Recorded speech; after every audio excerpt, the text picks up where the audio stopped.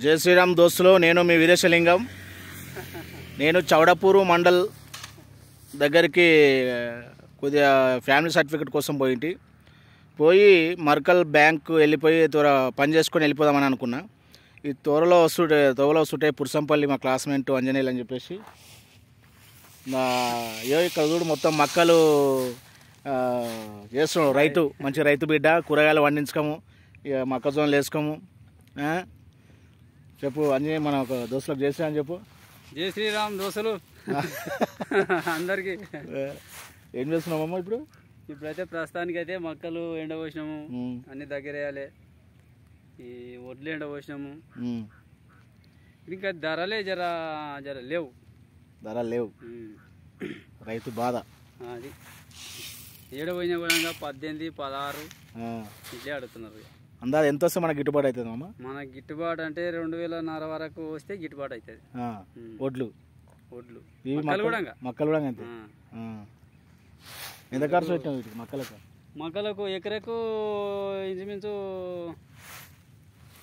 ఒక 16-17 వేలు పెట్టినా. ఇప్పుడు మొత్తం అంతే కూడా 20,000 వస్తాయి. ఎన్ని ఎకరా 20,000 వస్తాయి. అంటే రైతు ఏ పని చేసినా లాసే. కానీ క్లాస్మేట్ అయినా చిన్న పని ఉంటే ఇదే పని చేస్తున్నాం కాబట్టి చేయవలసి వస్తుంది. మనకు వేరే పనులు చేయలేము. ఈ వృత్తి మనకు ఒక వృత్తిలాగా అయిపోయింది ఇది. వాస్తవానికి రైతు ఎంత కష్టపడ్డా ఏం చేసినా కాస్తో కూస్తో తన ఇంటి మాదిరి పప్పు ఉప్పు వెళ్తా తప్ప లక్షలు కూడబెట్టుకోవడానికి మాత్రం లేదు. సంపాదించుకొని బిల్డింగ్లు కట్టేంత స్తోమత మన దగ్గర లేకుంటది. ఒకరి దగ్గర చేయి చాపకుండా మన తిండి మనం తింటాము, మన అది కూరగాయలు మనం పండించుకొని తింటాము, ఫ్రెష్ మాలు తింటాము.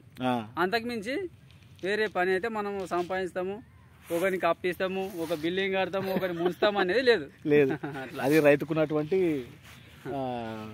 మానవత్వం.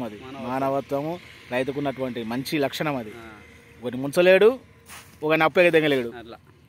ఇట్లా దోస్తులు, నిజానికి ఇలాంటి క్లాస్మేట్ రైతుగా ఉండడం నాకు చాలా అదృష్టం. ఎందుకంటే పండిస్తున్న పంటలు అప్పుడప్పుడు మనకు కూడా ఇస్తుంటాడు. కూరగాయలు అవి అమ్ముతుంటాడు, కూరగాయలు ఇట్లా అంగల్లో.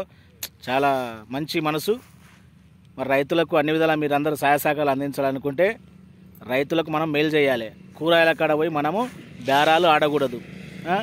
ఓకే దోస్తులు, అందరూ బాగుండాలి, అందులో ఉండాలి. మళ్ళీ కలుగుతాం. జై శ్రీరామ్.